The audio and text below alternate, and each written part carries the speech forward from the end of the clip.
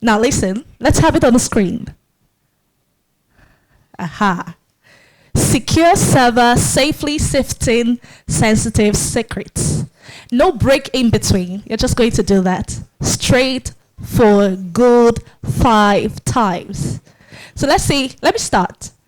Secure server safely sifting sensitive secret. Secure server safely sifting sensitive secret. Secure server safely sifting sensitive secret. Secure server safely sifting sensitive secret. Secure server safely sifting sensitive secret. Okay, I tried. Yes, right?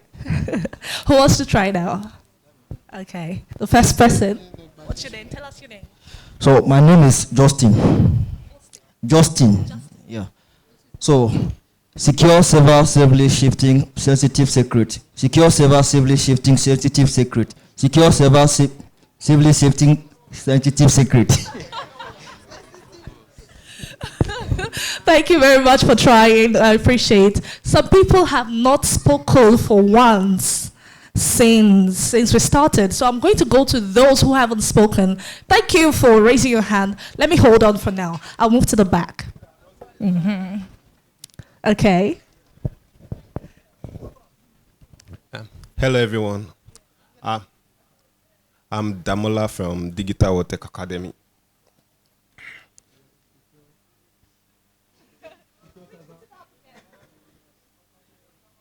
Secure server safely sifting sensitive secrets. Secure server safely sifting sensitive secrets. Secure server safely sifting sensitive secrets. Secure server safely sifting sensitive secrets. Secure server safely sifting sensitive secrets. Oh, amazing. Well done. You did well, even though there was a little break in between, right? Yes, thank you very much. Please put your hands together for him. Yes, I'm at the back now. I want to see who. So I'd like you to try. You don't want to try? Okay. Who else wants to try at the back here? Okay, you. I'm going to point someone. Thank you. You don't want to try? They are afraid. Who else? Who's bold enough to try? Just one more person before we move on. Okay, so you raised your hand earlier. Yeah. So my name is Adeosha. Yeah. So secure server safely. Please let's start. Secure server safely safety sensitive secrets. Secure server safely safety sensitive secrets. Secure server safely safety sensitive secrets. Secure server safely safety sensitive secrets. Secure server safely safety sensitive secrets. Secure server safely safety sensitive secrets. Secure server safely safety sensitive secrets. Thank you. You got the first 5, but the 6th one was too fast and you mumbled. All right, thank you very much. I think he's the winner, yes. Thank you. Please put your hands together for him. All right, that was amazing. Interesting. I like tongue twisters because we get to hear funny words that come out of it at the end of the day. So let's put our hands together as I welcome Mr. Israel to give the final vote of thanks before we call it a day. Please put your hands together for him. Put your hands together for Mr. Israel. Once again, good afternoon, everyone. I hope we all had a great time today, learning and listening to the great minds of the cybersecurity space that came to address us today. So especially I want to thank everyone for coming. Out of your busy schedules, you made time to come. Thank you very much. We appreciate you. Our guests, we do not take you for granted. We appreciate you. Thank you very much. And once again, I'd like to thank our sponsors from Wema Bank. We say thank you. We appreciate you. Afri Agbox. I know Zenith Bank is here. Amongst others, we appreciate you. Thank you very much for making this a reality. And to notify you, it's an annual event, so we'll be expecting you next year. It's going to be bigger and better. Thank you for coming. God bless you. Thank you very much. And that brings us to the end of a truly remarkable event. We came together to code in the shadows and to strengthen cybersecurity. And then I believe we have achieved just that. Thank you for your time. Thank you for your enthusiasm. Thank you for your energy. We really appreciate you. Once again, my name is Sandra Jonah. Safe travels, and I'll see you next time. For those who have paid, please stay back. Thank you so much. We appreciate your time. I'm losing composure. I really need to focus. I really need to focus. There's something inside you I've been what you want right now. In fact, I'm on my way right now. Yeah, hi everyone. My name is Al-amir. I'm a senior application security engineer, and I'll be doing a demo on how you can go about security assessment of mobile applications. All right. I think a lot of us here are new to cybersecurity. You might be learning on your own or by yourself. A company might reach out to you to conduct a security assessment on their mobile application. A lot of companies do that actually. You might get lucky and you land an opportunity in any sector that builds mobile apps, right? A lot of businesses nowadays have to develop mobile applications for their customers to be able to use their products. What happens if you are approached to conduct a security assessment on the mobile application? How do you do that? For web application, it's very easy. It's out there. You can learn anything you need to know about web application security assessment or pen testing on YouTube. You can also learn the same thing on about mobile application out there, but there's a lot of skill gap out there, right? So to help the community, the cybersecurity community, I built an intentionally vulnerable mobile application which mimics a bank app, right? Please, whatever thing I showcase here today, do not use the knowledge to defraud anyone or to bring problems for yourself. All right. So in mobile application, for every functionality in a mobile application, it is tied to an API, right? In case you don't know what an API means application programming interface. They are ways in which multiple devices or applications can communicate with themselves without having to write a lot of code. If you open your application, you see your registration button, you see your logout button, you see your login button, whatever buttons or functionality that is in your mobile app is connected to an API. Every single button, the login button is connected to the login API endpoint, registration to the registration API endpoint. These are things attackers look out for. You as a normal customer, as a normal user, you just use the application. You don't know what is happening behind the scene. Attackers need to understand what is happening behind the scene so that they can exploit a business, or they can do something to your application that is going to affect all your users or even the servers itself, right? So as you can see, API, I don't know why my screen is not displaying again. Okay, yeah, it's back now. So APIs powers your mobile application, your web applications, your smartwatches, your desktop applications, whatever applications that you have out there consumes APIs, right? And so what happens if a company should approach you to do a security assessment on their mobile application? There are different types of ethical hacking engagement. I'll call it that. We have the white box, we have the black box, and we also have the gray box. White box, you have like all the knowledge about the application that you want to test. Maybe you work in the company and they just want you to, act as if you are an attacker and find vulnerabilities for us to fix before we put our product out there.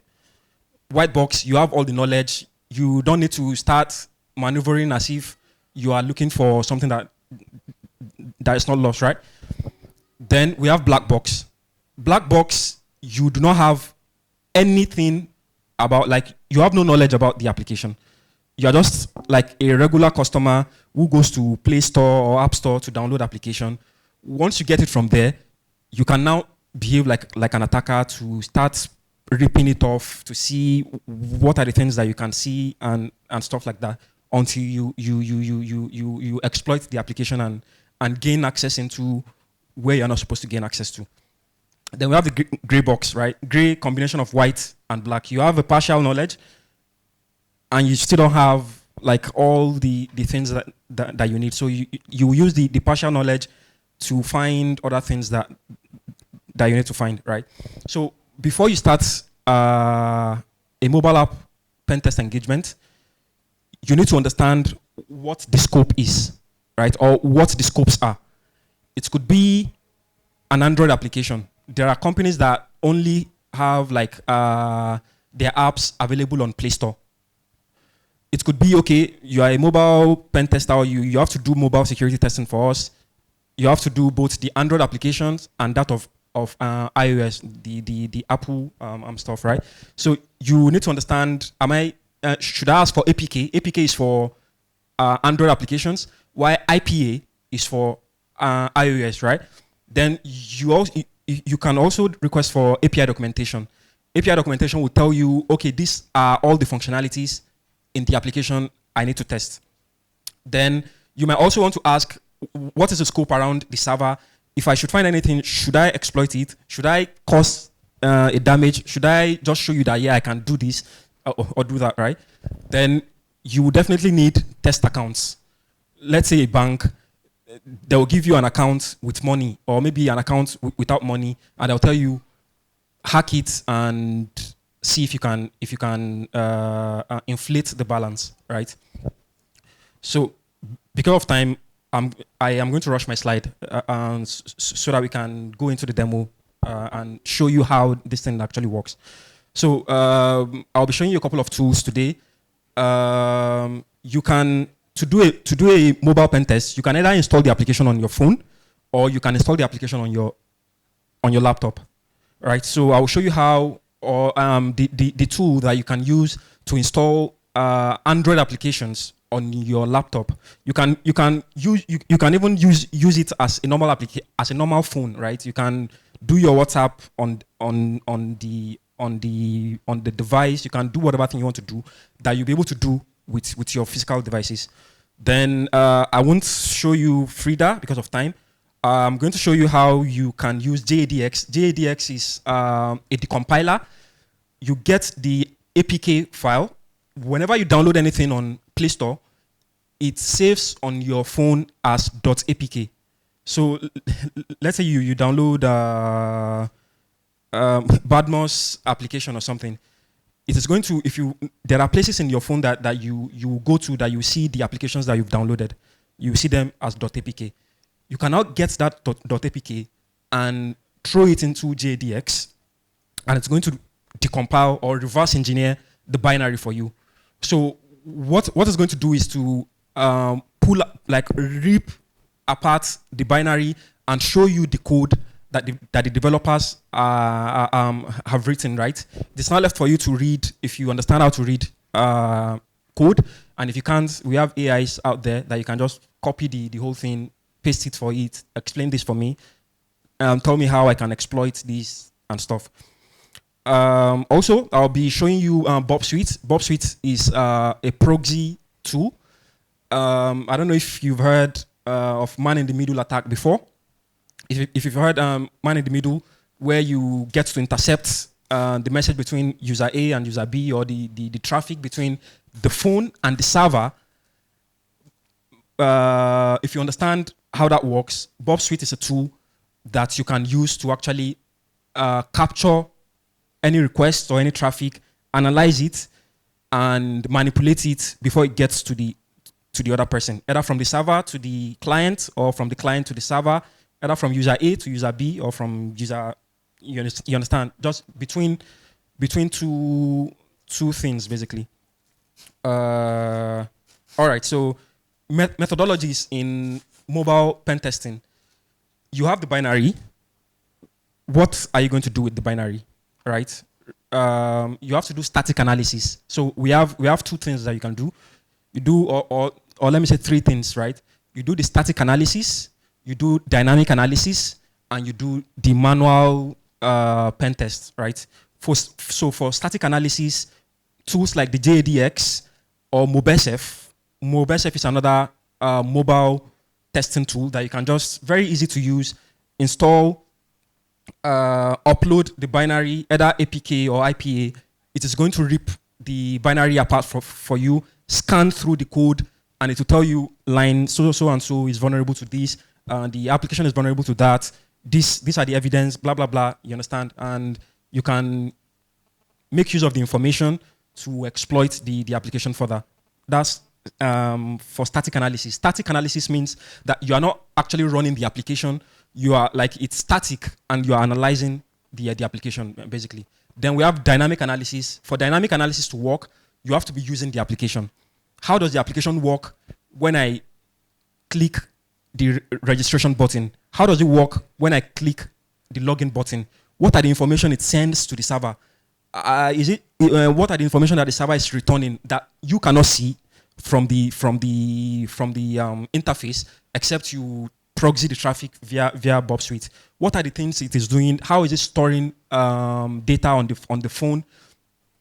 Attackers are crazy, right? Like, if an attacker should steal your phone, there's a way that they can extract all the data that your mobile application has stored on your phone without even logging into the application, right? If there is time, I am going to show us how that is possible.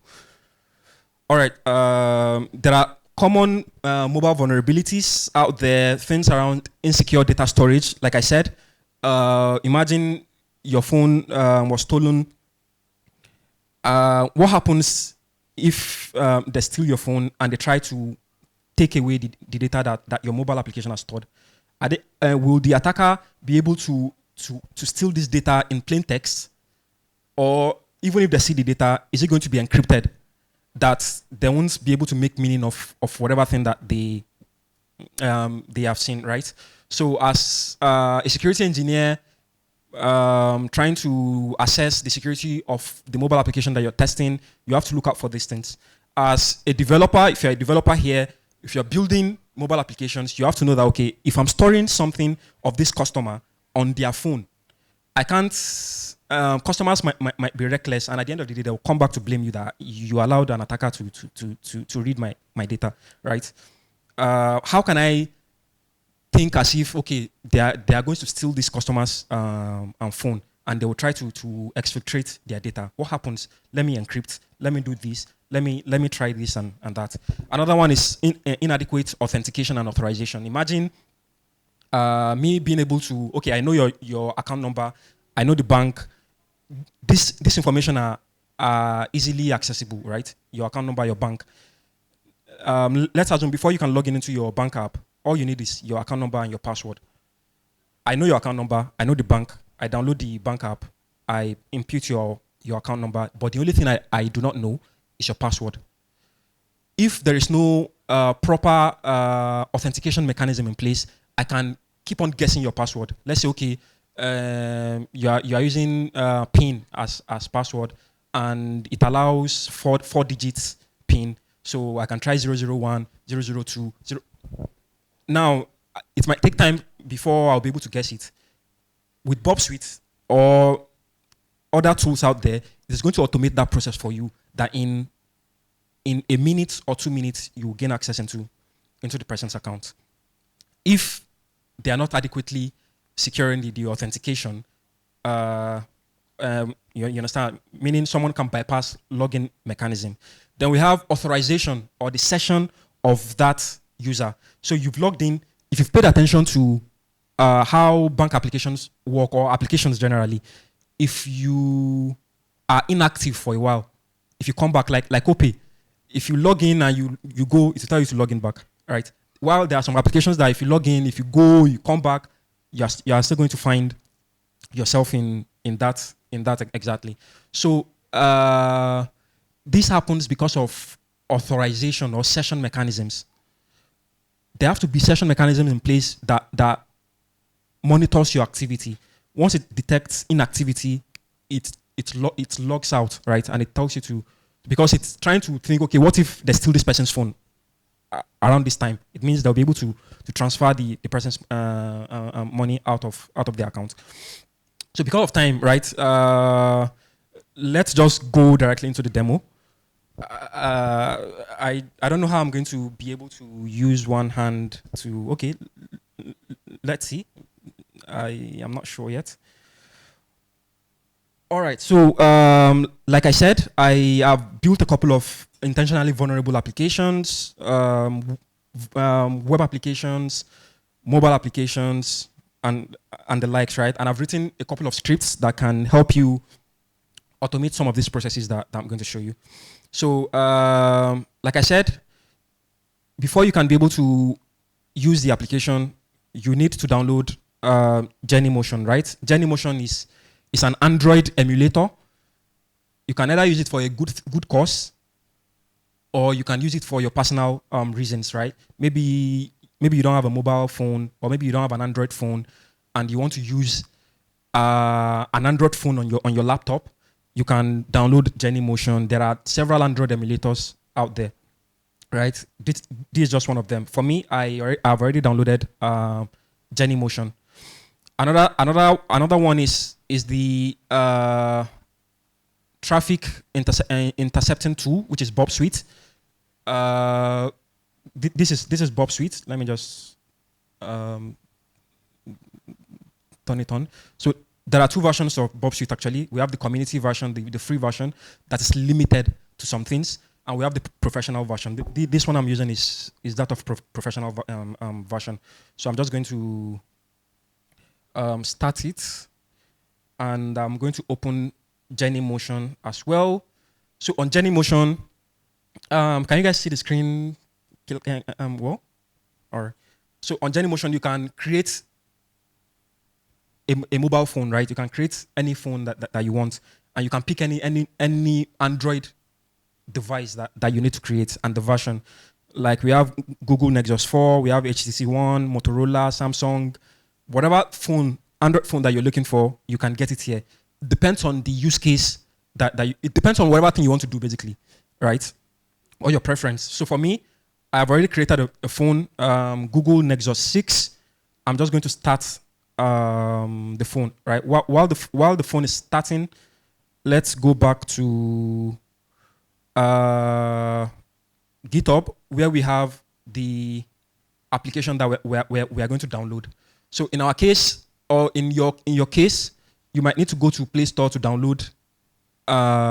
Whenever you need to do a real life pen test, right? You might need to go to Play Store to download, or if it is white box or even black box, the company can send you the APK file. Then you install it on your phone. Very easy to do. In our own case, I've already, like I said, I've built something. It's just for you to go there and come to VulnBank latest under releases, and you can see under assets I have vulnbank.apk, right? You can see the APK file and other files. All you have to do is just to click on this .apk file, and it's going to download on your computer.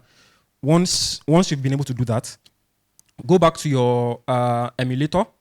Now we have a mobile phone, as you can see. This is a mobile phone that can do anything but, I think, call. I'm not sure it can call, and I'm not sure it can.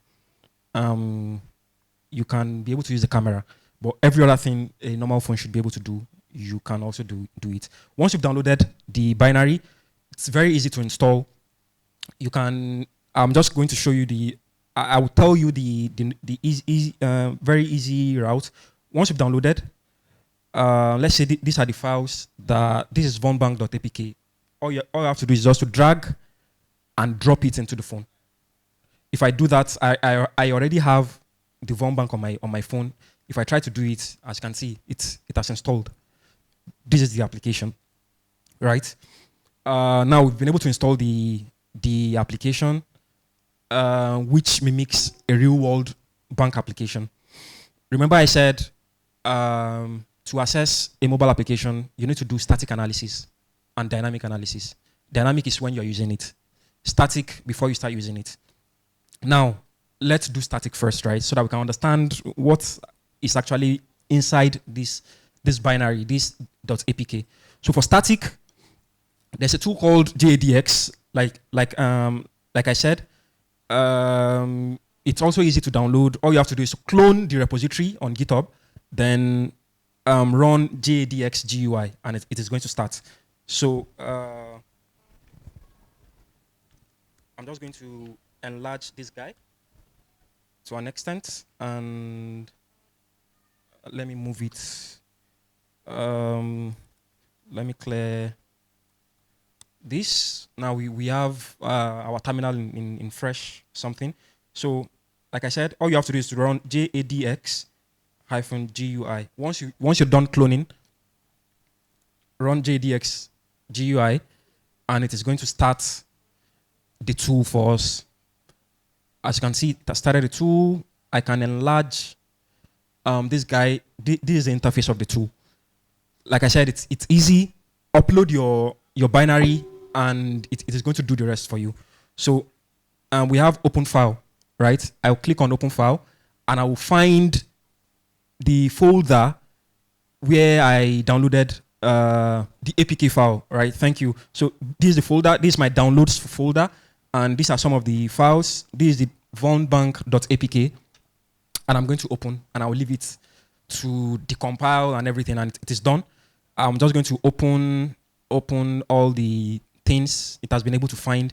This is the code that I wrote that you as a normal user, you will not even know that something like this is possible, right? All you just want to do is to use the phone and use the app and go about your day. But an attacker will go beyond that, right? So now, let's assume I'm the attacker. I'm able to see all the folders in the binary, right? So sometimes developers forget some things in the binary because they believe their users are not capable of this, right? While sometimes they ignorantly leave these things there because, like, again, they feel users are not capable of this, or maybe they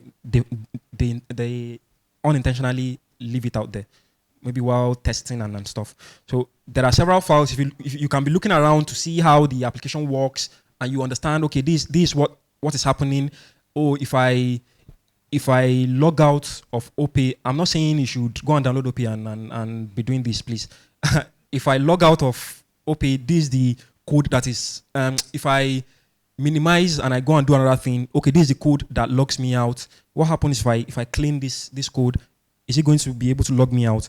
If I try to transfer a large sum of money, this is the code that will tell me to put my facials, something. Okay, what happens if I edit this code, that it will be able to identify anybody and I can be able to transfer, all those logic are here, right? So in our case, we're just going to be looking for the things that the attackers unintentionally or intentionally left in the code. This is one of them. It's actually painful that you can't read the content there. So I'm just going to read it for you. The attacker forgot to remove a debug endpoint while they were building the application. Debug endpoint in the sense that if anything goes wrong, or if they want to know all the users that have registered in the company, they can just quickly come here to copy the link, and it will list all the users, their usernames, their account number, their balance, and stuff. The attackers left that in the code. The developer left that in the code. Imagine what an attacker can do with this. Also, there is a session token for admin. Normal user, let's assume I'm using, I don't know why I'm using OP as an example. as a normal user, let's assume that if you minimize, it will log you out. But as an admin, because you have some special privileges, if you log in, if you leave it for 20 days, if you come back, it will be there. You can transfer money, you can do all sorts of things. That token has some properties that allows you to be able to do that a normal user account is not going to have. Now, the developer has also left that in the binary, meaning an attacker can become an admin. Attacker already has the place where they list all their users.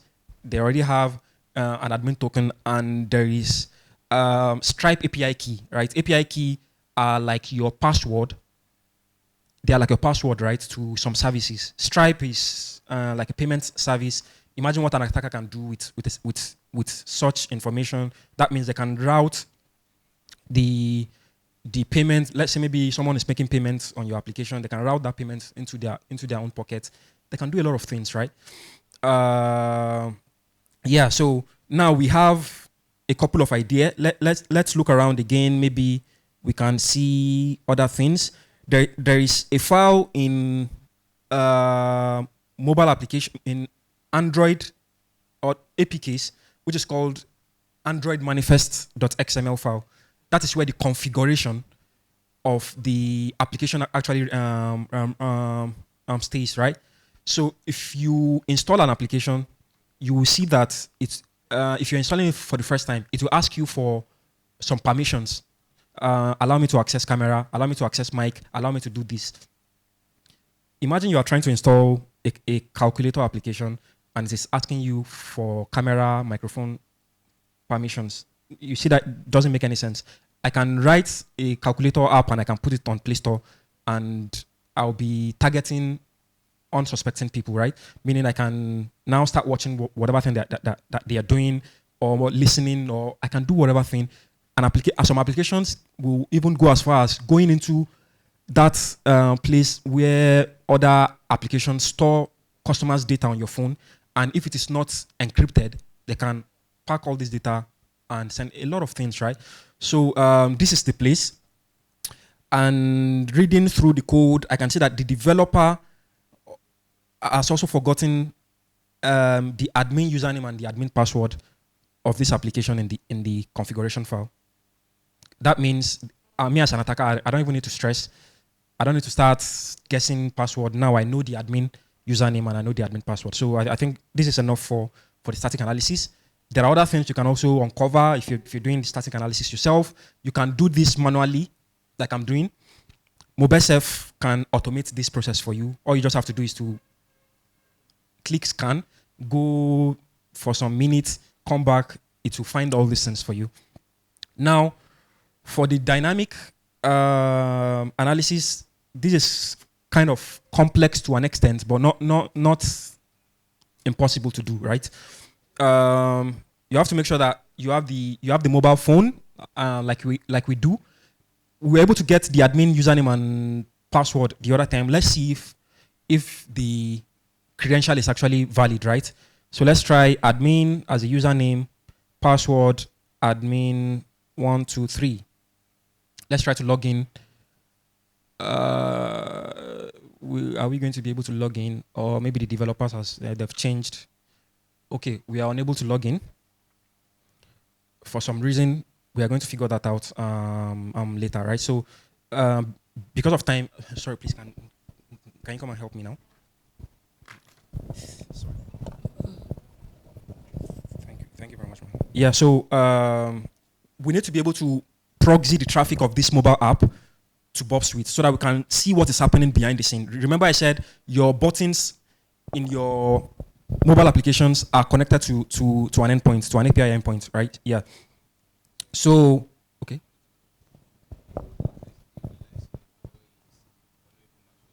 This is a vulnerable application. I developed it myself. All right, so to do that, I have also written some scripts that is going to help you with that. If you go to my GitHub page, this is my GitHub page. I have a couple of projects there. I have VulnBank, this an intentionally vulnerable web application that you can practice hacking of web application, and even AI integrated applications. I have the Von Bank Mobile, which is the one I'm showing us here today. I also, if you are into DevSecOps, you can also, I have a project there. Then I have this project called Android Config. Whenever you're doing a mobile pen test, you need to set up a couple of things. You need to set your phone to be able to proxy the traffic into a certain place, into Bob Suite. This script is going to automate that for you. So I think I have it here opened already. All you need to do is to clone the repository, go into the directory and run it, right? So for me, I've already done this. I'm just going to let's open another window, enlarge, and I'll find where I saved it. For me, it is here, Android config. I'm going to go into the directory, Android config. I'm inside the directory now, and I can see some of the files, right? All you just have to do is to give it permission like chmod +x and the script that you want to run. Let's say mobile config.sh, right? You've given it permission to run. Then you can now do // mobile config.sh. And you can see that something just happened. What happened actually is that the script downloaded a certificate on Bob Suite, then went into the device to install.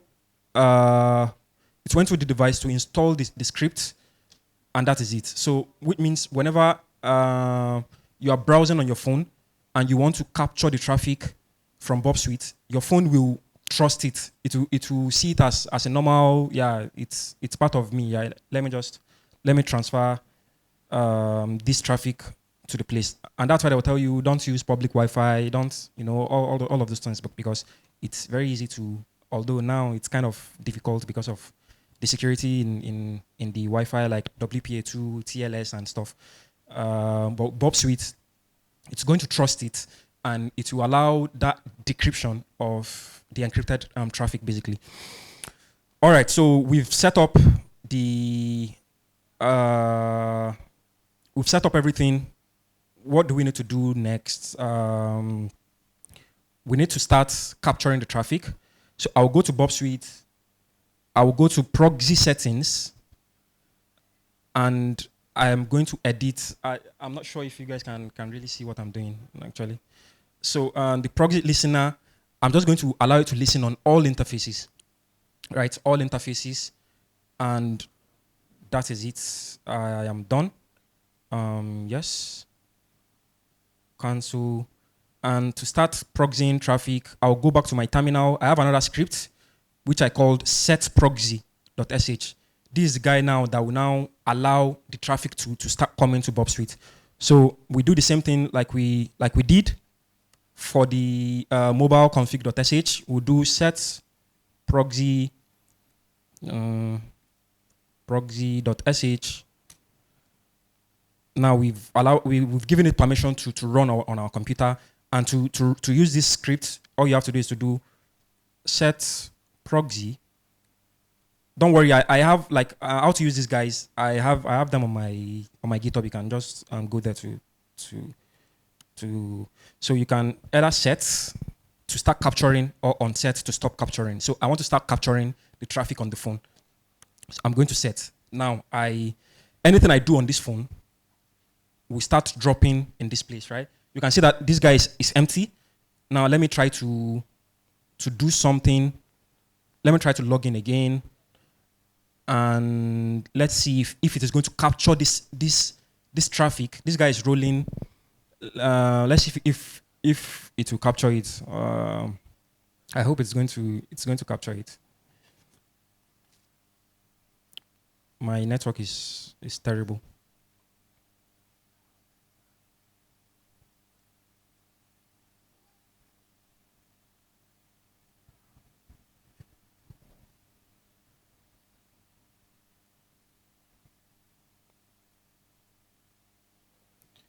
Wow.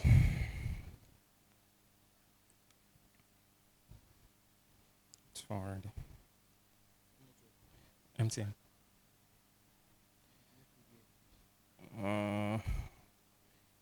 My network is bad.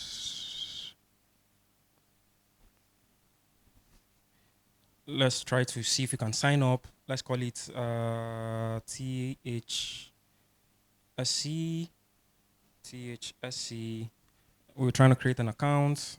Let's see if anything is going to happen. Invalid username or password. The network is really bad. Network is really bad. Let me try to unset and try again.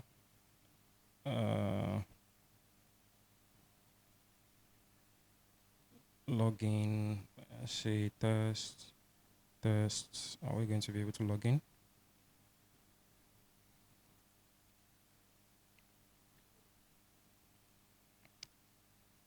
Okay, we are able to log in. So since we can log in, let me now start capturing the traffic. Set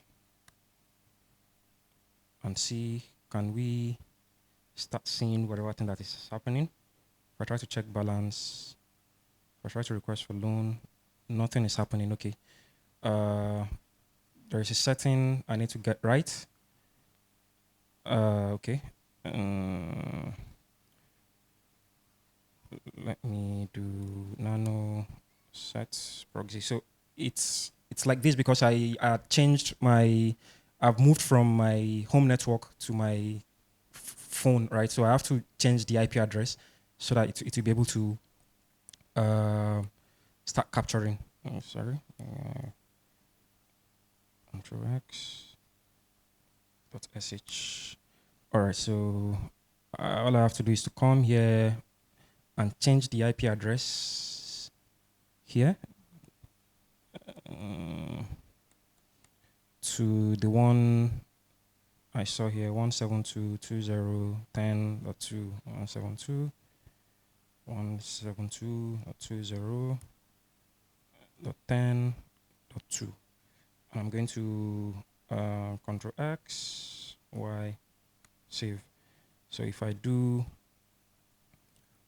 proxy on sets and proxy set, I should be able to start capturing the traffic now. All right, so let's go back and let's try to log in again. Let's try to log in again.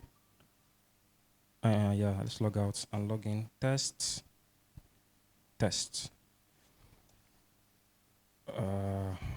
What is happening?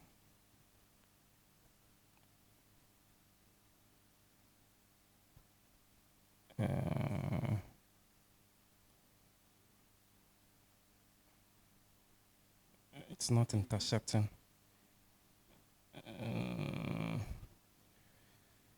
Let me unset.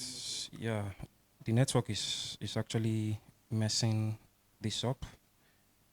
Let me see if I can give it the permission. So proxy unset it. Let's try it again.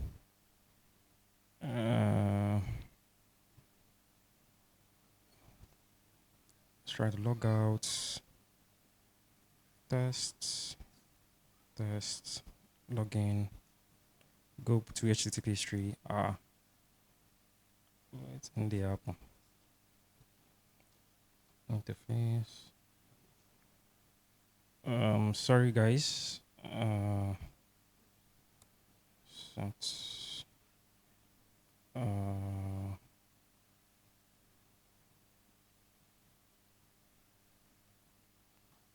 Config message. Okay. Unset the proxy. Let's try to browse Google. All right, as you can see, our traffic has started dropping You can see some Google whatever, and if you're using an application, that is how they'll be able to see all the things that you're doing, right? Now that we can now capture the traffic, let's go back to the phone. Let's open the application from scratch. I'm just going to clear all these guys. Clear history. Yes. Now, let's try to log in like the admin with the credential we got from admin 123.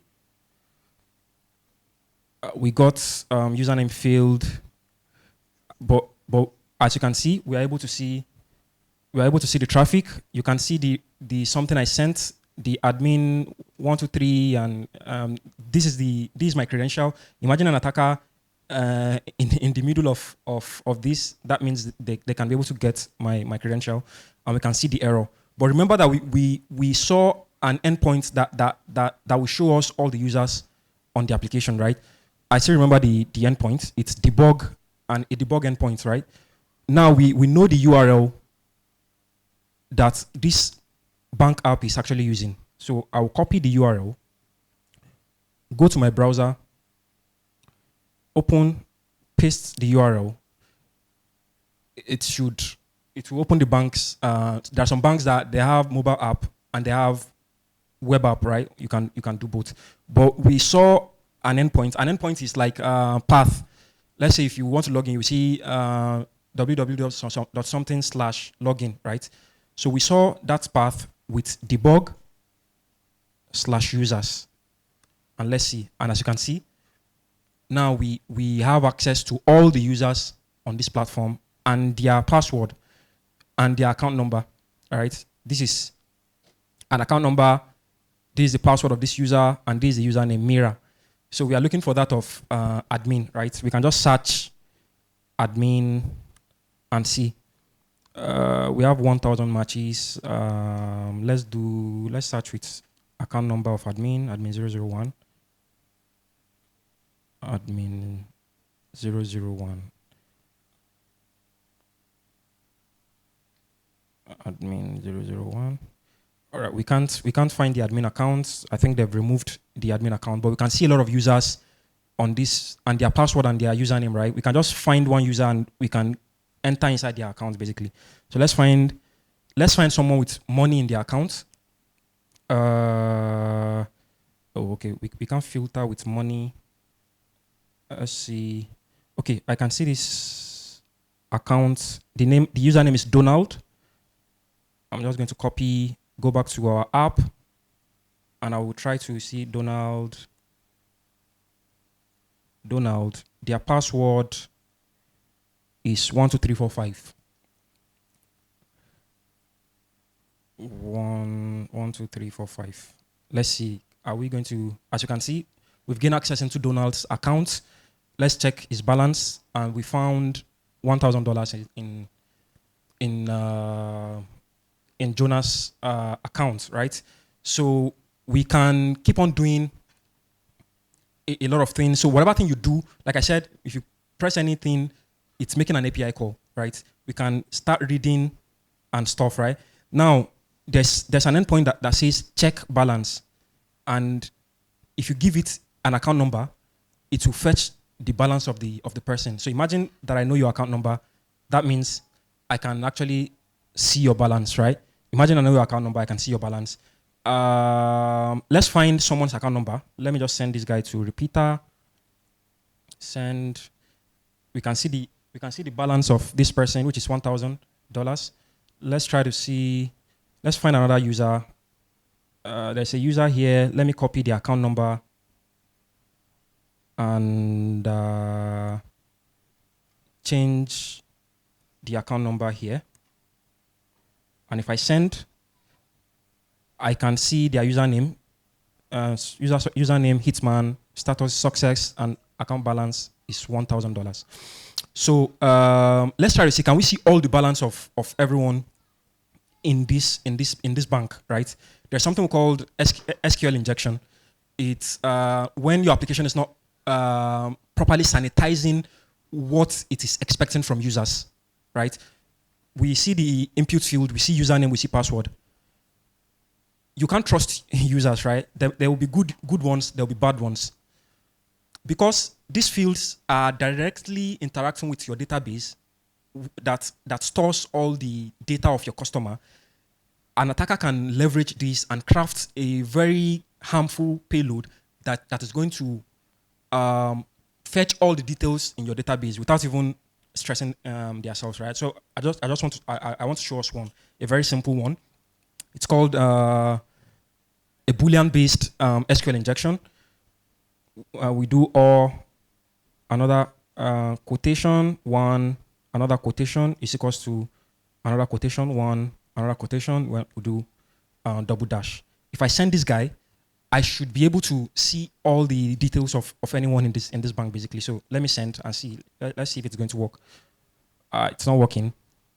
Or one is equals to one.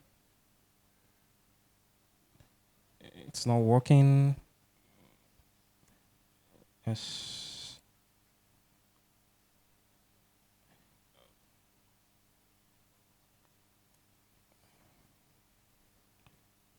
Okay. Message or blah blah blah. Okay. Or one is equals to one.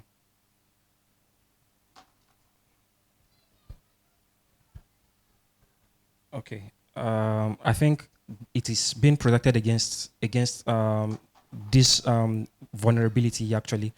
So we can do another thing. Imagine trying to register.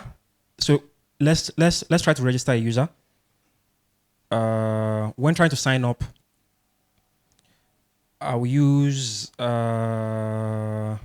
THSC as the username.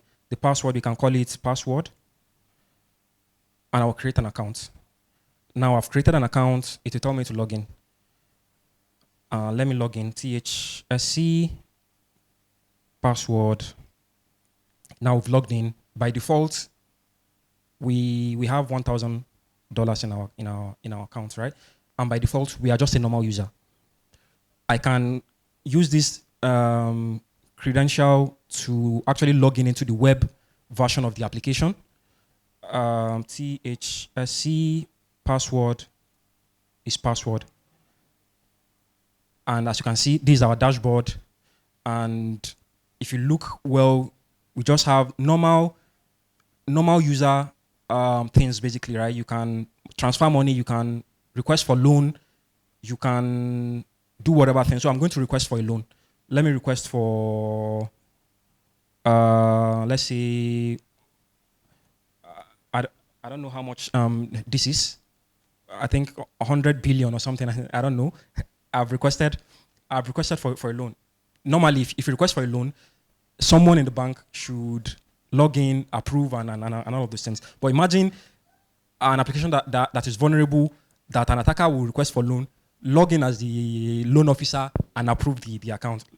Let's see if we can be able to do that. Now we created an account. We've requested for a loan, right? Now let's see what happens while we were creating an account. Everything you guys saw was just a normal account creation. But what happened behind the scene? If we come back to the proxy, if we get to the register, there are other things that the API endpoint returned that it's not showing on the interface. This vulnerability is common. It's common even in big companies.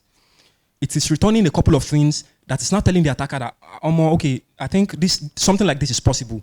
So let me try to create another account and tamper with what wasn't there. So I'm going to show you, while we're trying to create an account, we only used our username and our password to create an account. But when it was telling us that, yeah, your account is successful, it is showing me that, okay, there's an attribute called balance. There is an account number, yeah. There is admin false. Trying to tell me that, okay, this person, you are not an admin. If I were to be admin, it would be is admin true. But what happens if, while trying to create the account, I catch the traffic, change change myself to an admin and I release it to the server, right? Let's see. So we are going to create another account. So let's log out and go to sign up. We'll use THSC2, the same password. But this time around, let me be sure that the password is password. But this time around, I'm not going to immediately click create an account. I will go to intercept and turn it on. Meaning whatever thing I do on this app, it is going to get captured on this Bob suite at first before it gets to the server. This is the man in the middle attack that you've been hearing about or reading about. Yeah. So now we've turned on the intercept and I'm just going to click create account. And as you can see, immediately I clicked create account, something happened behind the phone. And this guy will just keep on rolling until I release the traffic. So now I have captured the traffic. I can now change some details that is sending to the server and I can add more details. We saw something like is admin. We can add is admin value and we can give the value to be what? True. I think we saw is admin. Okay, it doesn't have a quotation. Go to proxy, register. Okay, intercept. Is admin true? And also our account balance. By default, we get $1,000, right? I'm going to inflate that to, let's say, $5 million or something. 5 million. Let's be sure that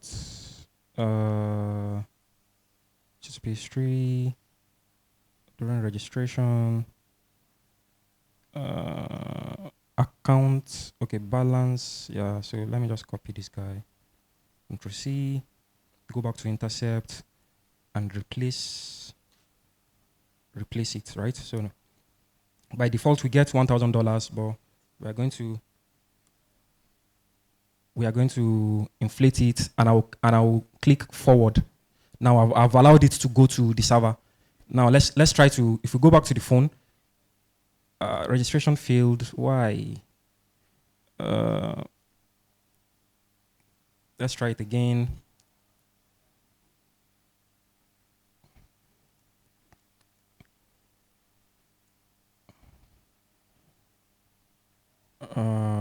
We have balance.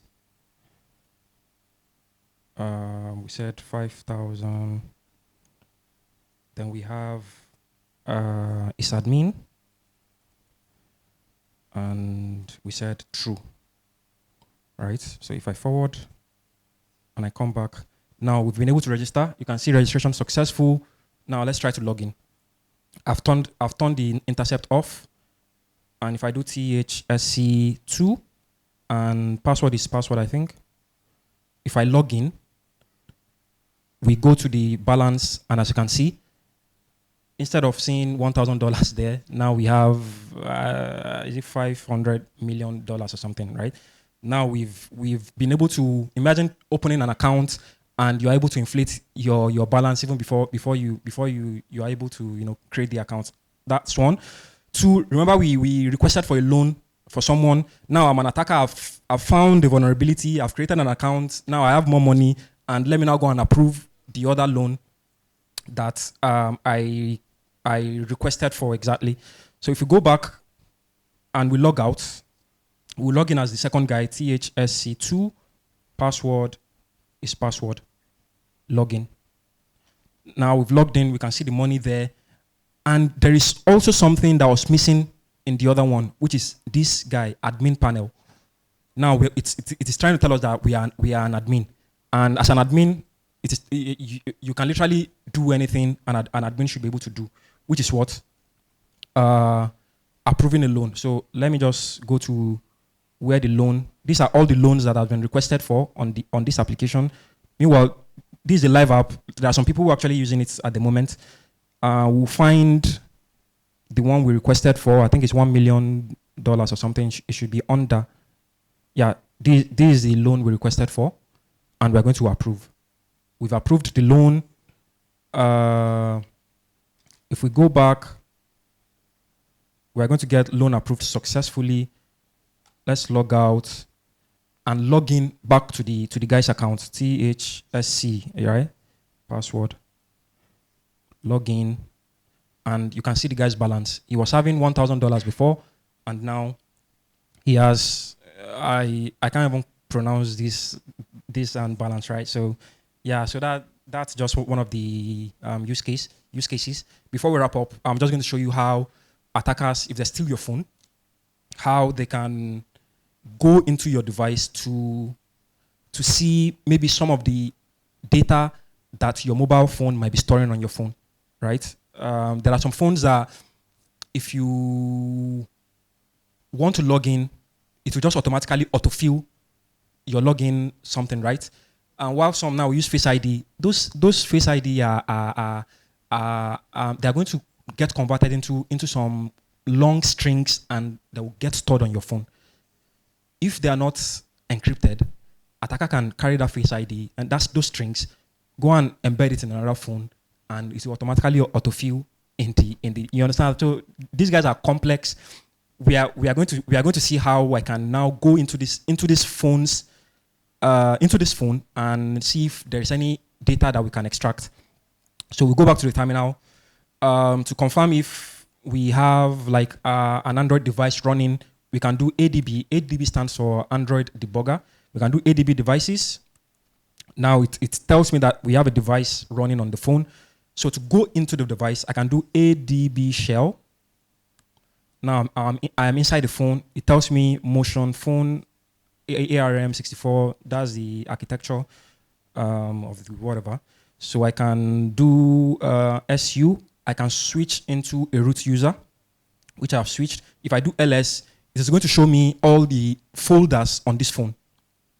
Some you might be familiar with, some you might not be familiar with.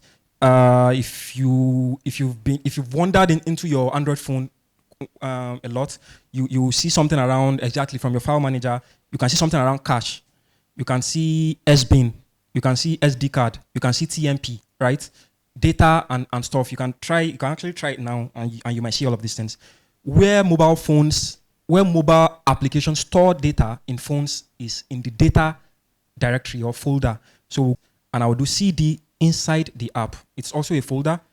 And now these are all the folders for the application that we've installed. Inside this folder again, there are folders where they store certain information.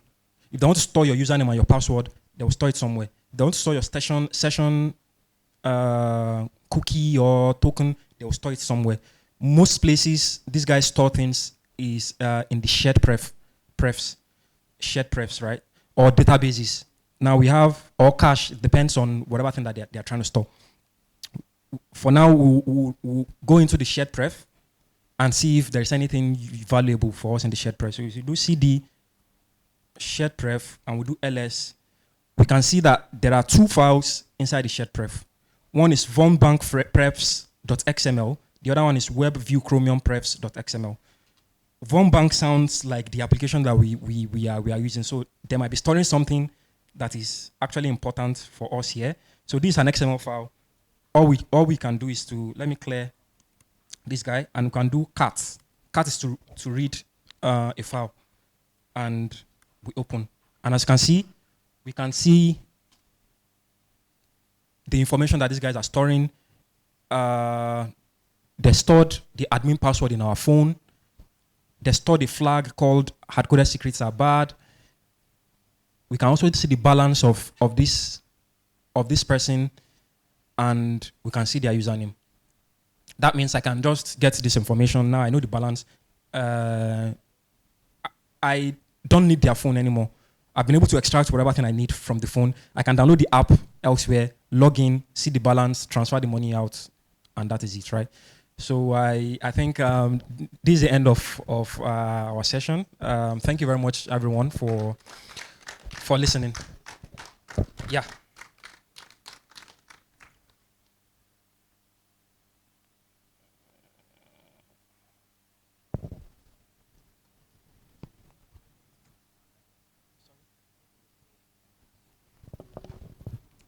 if you have any question, apologies, I forgot to ask.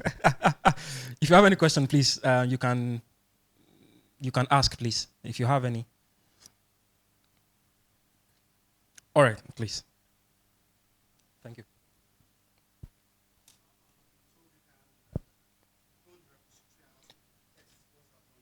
Exactly, you can do that. So I know that there are some technical complexity around cloning and stuff. So I did it as my own give back to the community. I hosted it somewhere so everyone can just go to vulnbank.org and you can try to hack the application yourself, learn whatever thing you've learned. For the mobile app, if you go to vulnbank.org, you see a button where you can download the mobile app, run it on.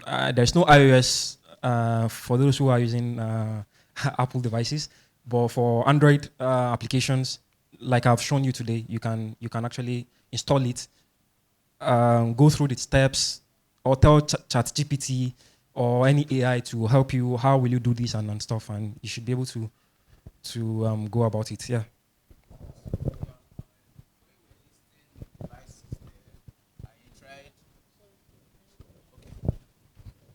So when you were listing the devices there and you did ADB shell, it automatically entered that device that was there. Exactly. So what if on cases where you have more than one devices on that ADB devices list? That's a very nice question. When I did ADB devices, it showed me an IP address of that device, right? So if I have multiple devices, all I have to do is ADB devices, that IP address, and it will get me into the device, exactly, to get me into the device. And all these things that we've done today, you can literally do them on your phone, right? But for phone, you will need to root it before you can go into those directory that we saw, or before you can do some things. But if you want to capture traffic and whatever, if you have an Android phone, you can go to your settings,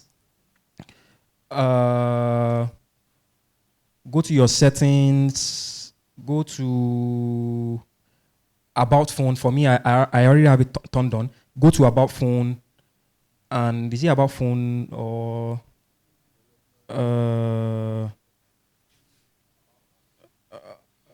I can't remember. I can't remember. So the goal is to get developer options available. There's a way you tap. Exactly right. So you go to system, then you tap it 6 times or 7 times, and it will come and show you developer options here. Then once it shows you, just make sure you turn on USB debugging. Once you do that, you can connect your USB to the system that you want to start testing, and whatever thing you're doing will go there. You can also do it wirelessly, which means you have to be in the same network with the computer and the phone. That's why they will tell you, don't connect to any Wi-Fi that you are not aware of or something, because someone can just set up, they can spoof a Wi-Fi, let's say in the airport, they can call it airport Wi-Fi 5. And everybody in that Wi-Fi, whatever thing that they're doing, will automatically go into the voids. That is before, Sha. Now, like I said, there are security, even in the applications that you will use. There is TLS. TLS stands for Transport Layer Security. Whatever thing that you do will get encrypted while it is traveling over the internet. We were able to see our own in plain text because we configured Bob Suite at the beginning to trust our phone. If you remember, we were able to do that because the app will feel, okay, this is the owner of the something, so let me just allow them. So, yeah. Do you have any question? All right.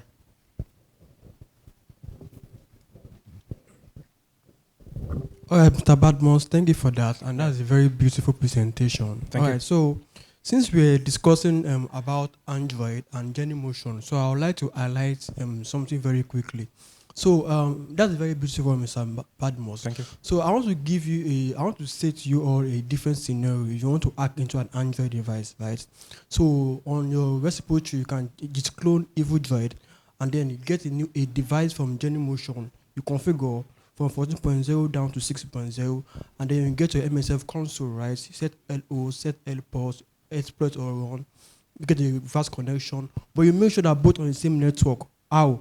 Both on NAT or host only. Do you understand me? Or am I speaking jargons?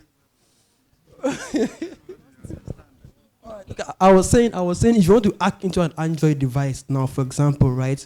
So after using Genymotion, you get a device, you got the process to maybe get a Google Pixel phone or Samsung Pixel phone, but then you have to reduce your version of the Android device from 14.0 down to 6.0. Why? Because 14.0 now they've already fixed the patches, right? So for 6.0 is vulnerable to attacks, right? Then on your Android, on your Kali, you have to use a recipe called evil droid. You launch your evil droid, and then you set the parameters, your IP address down to your Genymotion IP address. You can use that adb.ip, your Genymotion IP address, to connect your IP address down to Genymotion. You launch your tools, you go to your Genymotion, you open your device, and then send your APK tools down to your device. And we have so many ways of trying to deliver your payload or your APK to your devices. You can use social engineering, you can use USB code, you can use WhatsApp or Telegram, you can also use ADB to just transfer your payload to your Android device and then get a reverse connection, UMI, LS, PSAUX, and so on, and hack into your Android device. Thank you. Yeah, thank you very much, Chief. I think they can also connect with you and, reach out to you in case they are stuck or something. Hello, sir. Justin. Hi, So I want to ask, apart from the Bob suite, do you have any alternative app we can also use? And again, the operating system, like most hackers, they use as in you will first of all set your laptop before you can start hacking. So I want to know the alternative for the Bob suite. Okay. Thank you very much for that. Like I said, Bob suite is just a proxy tool, a tool you can use to capture a traffic and read it. There are alternatives like what's it called, Kaido. I don't know if you've heard it. In fact, your normal browser, if you inspect elements on a browser, you will see developer tools. That tool is a very powerful tool that is enough for you to even be able to do all these things that I just did on Bob Suite, right? But Bob Suite makes it like very, very easy compared to developer tool. Then in terms of operating system, right? So I'm using Mac at home. If I have to do sophisticated stuff, I have a dedicated computer that runs on Parrot. Parrot is a distro, it's a Linux distro, right? Which is more easier for me to run whatever thing I need to run.